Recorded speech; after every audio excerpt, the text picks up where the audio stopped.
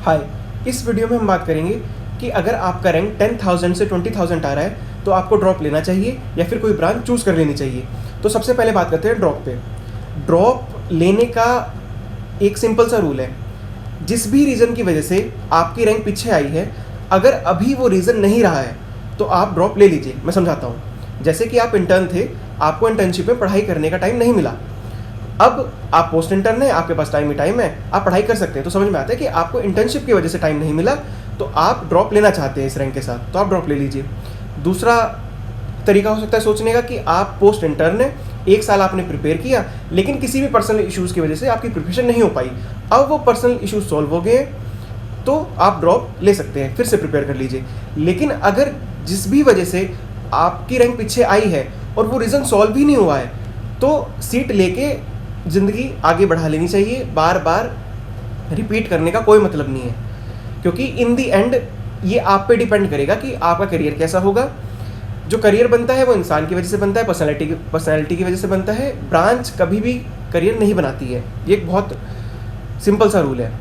तो अगर अब आपने डिसाइड किया है कि आप ड्रॉप नहीं ले रहे हैं, तो आपके पास जो ऑप्शन होंगे ब्रांचेस के वो होंगे anaesthesia, ophthalm, ENT, psychiatry, radiation oncology, nuclear medicine और इमरजेंसी मेडिसिन। तो अब एक एक करके इन ब्रांचेस के बारे में बात करते हैं कि इनके प्रोज एंड कॉन्स क्या है। तो सबसे पहले एनेस्थीसिया। अगर इन सारी ब्रांचेस में देखें, जो सबसे अच्छी इनिशियल स्टार्टिंग सैलरी मिलेगी आपको वो एनेस्थीसिया में मिलेगी। उसका बहुत सिंपल सा रीज़न है। जो ऑप्थेल्म और ईएनटी है उसमें एक तो लर्निंग कर्व ज़्यादा है, तो आपको 3 साल की एसआरशिप भी करनी पड़ेगी। उसके बाद जब आप मार्केट में आएंगे तो आपको कोई पेशेंट बेस नहीं होगा। एनेस्थीसिया के साथ वो प्रॉब्लम नहीं है, इसलिए उसका इनिशियली सैलरी स्ट्रक्चर ज़्यादा है। अब आता है दूसरा lifestyle. In comparison to all medicine branches, जो सर्जिकल ब्रांचेज है उसमें लाइफस्टाइल थोड़ा ख़राब है, ठीक है। तो एनेस्थीसिया में जो लाइफस्टाइल होगा वो ऑप्थेल्म और ईएनटी के मुकाबले ज़्यादा अच्छा होगा। अब आप ये कहेंगे कि ऑप्थेल्म में तो 9 to 5 है, ठीक है, उसमें तो कोई इमरजेंसी नहीं आती, एनेस्थीसिया में तो फिर भी इमरजेंसी आती है, तो ऑप्थेल्म का लाइफस्टाइल कैसे अच्छा, मतलब कैसे ख़राब हो गया। तो ऑप्थेल्म के साथ इशू ये है कि पूरे हॉस्पिटल में जहाँ पे भी हेड इंजरी का पेशेंट आता है, लोग ऑप्थेल्म कंसल्टेशन भेज देते हैं। तो इसलिए जो ऑप्थेल्म का रेजिडेंट है वो रात भर चक्कर लगाता रहता है फंडोस्कोपी करने के लिए। तो इसलिए 3 साल तो आपका लाइफस्टाइल अच्छा नहीं रहने वाला। उसके बाद अगर आप कैटरेक्ट के कैंप वगैरह लगाएंगे तो भी अच्छा नहीं रहने वाला है। तो ऑप्थेल्म के साथ भी लाइफस्टाइल मैनेज करना थोड़ा मुश्किल ही है। फिर आती है जॉब अपॉर्चुनिटीज़, क्योंकि जो ऑप्थेल्म और ईएनटी हैं वो बहुत ही एक्सक्लूसिवली एक सिंगल ऑर्गन की ब्रांचेज हैं, इसलिए उसमें पेशेंट लोड कम है in comparison to other surgical branches जैसे जनरल सर्जरी, ओबीजीवाई या फिर ऑर्थोपेडिक्स। तो इसलिए उनका पेशेंट लोड कम होने की वजह से जो जॉब अपॉर्चुनिटी है वो भी कम है।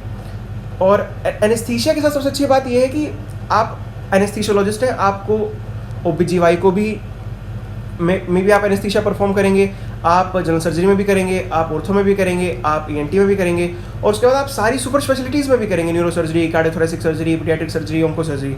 तो एनेस्थीसियोलॉजिस्ट रिलेटिवली कम है, तो इसलिए उसमें जॉब अपॉर्चुनिटीज़ ज़्यादा है। दूसरा, पेशेंट लोड ज़्यादा हो गया, क्योंकि इतनी सारी ब्रांचेज हैं और डिपार्टमेंट उसको कैटर करने वाला सिर्फ एनेस्थीसिया ही है। तो इसलिए जॉब अपॉर्चुनिटी सबसे ज़्यादा एनेस्थीसिया में है, चाहे वो गवर्नमेंट हो, चाहे प्राइवेट हो, चाहे फ्रीलांसिंग हो। इसी ज़्यादा जॉब अपॉर्चुनिटीज़ की वजह से जो Tier 1 सिटीज़ हैं, मेट्रोपॉलिटन सिटीज़ हैं, उसमें एनेस्थीसिया ब्रांच के साथ सेटल होना बहुत आसान है। ऑप्थेल्म और ईएनटी के साथ आपको टाइम लग जाएगा। दूसरा, एनेस्थीसिया मतलब एनेस्थीसियोलॉजिस्ट की ऑल ओवर वर्ल्ड कमी है, तो इसलिए यूके में भी सेटल होना आसान है। कई बार वो सिर्फ इंटरव्यू पे या फिर एक बेसिक सा एक एग्जाम लेके आप वहाँ पे भी प्रैक्टिस कर सकते हैं। ऑप्थेल्म और ईएनटी के साथ ये पॉसिबल नहीं है। अब आते हैं अदर ब्रांचेस पे, जैसे साइकेट्री। सबसे पहले साइकेट्री को लेते हैं। साइकेट्री एक बहुत ही एक्सक्लूसिव ब्रांच है जिसको पढ़ना तो बहुत अच्छा लगता है, लेकिन ये हो सकता है जब आप प्रैक्टिस करें आपको बिल्कुल पसंद आए। तो जो अभी आपका टाइम बचा हुआ है, जिसमें आपके पास काउंसलिंग से लेके ज्वाइनिंग तक का टाइम है, मेरी एडवाइस रहेगी कि आप शेडोइंग करिए, ऑब्जर्वरशिप करिए कहीं पे भी साइकेट्री में जाके, जिससे आपको पता चल सके कि अगर आप साइकेट्री लेना चाहते हैं तो वो आप साइकेट्री ले भी पाएंगे कि नहीं ले पाएंगे। क्योंकि पढ़ना मेरे को भी अच्छा लगता था, लेकिन जब मैंने प्रैक्टिकल देखा तो मुझे समझ में आया कि साइकेट्री मेरे लिए तो नहीं है। तो जो डिसीजन है वो बहुत इन्फॉर्म्ड होना चाहिए।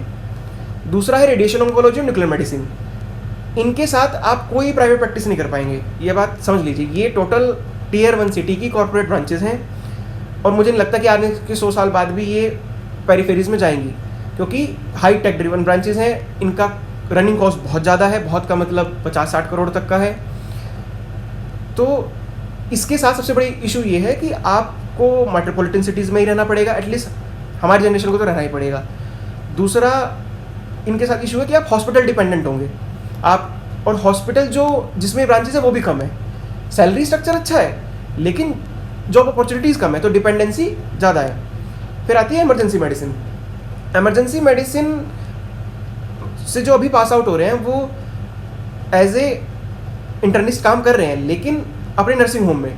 जब आप कॉर्पोरेट में जाएंगे वहाँ पे आपको as a emergency medicine physician ही हायर किया जाएगा और इंटरनल मेडिसिन को अलग हायर किया जाएगा। ये सेम नहीं है। फैमिली मेडिसिन, इमरजेंसी मेडिसिन और इंटरनल मेडिसिन, ये तीनों अलग अलग हैं। तीनों को कॉर्पोरेट अलग अलग ही ट्रीट करता है। इमरजेंसी मेडिसिन के साथ हाँ आप क्रिटिकल केयर मेडिसिन कर सकते हैं। एनेस्थीसिया की सबसे अच्छी बात यह है कि एनेस्थीसिया के बाद आप इमरजेंसी मेडिसिन में सर्शिप करके इमरजेंसी मेडिसिन की प्रैक्टिस भी कर सकते हैं, सीसीएम में सर्शिप करके सीसीएम की प्रैक्टिस कर सकते हैं और एनेस्थीसिया में सर्शिप करके एनेस्थीसिया की प्रैक्टिस कर सकते हैं। अब जो सबसे बड़ा क्वेश्चन है कि सेटअप कॉस्ट, प्राइवेट क्लिनिक का सेटअप कॉस्ट, तो वो ऑप्थेल्म और ईएनटी का ज़्यादा है। क्यों?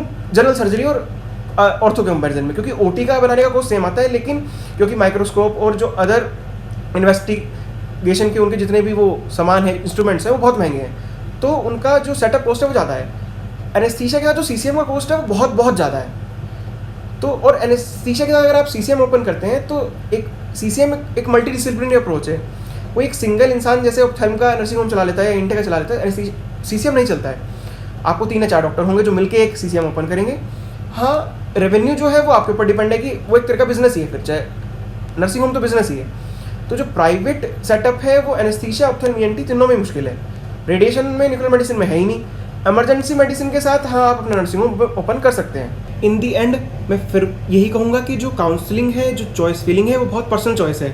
हर किसी की फैमिली कंडीशन अलग हो सकती है, हर किसी का लाइफस्टाइल अलग हो सकता है, हर को जो भी जिस शहर में रह रहा है उसकी चॉइस बहुत सारे फैक्टर से बदल सकती है। जो आपका करियर है वो आपकी पर्सनैलिटी बनाएगी। ब्रांच कभी भी ये डिसाइड नहीं करेगी कि आप कितने सक्सेसफुल होंगे। कोई भी डाउट हो आप इंस्टाग्राम पे या फिर मुझे ईमेल कर सकते हैं। Thank you.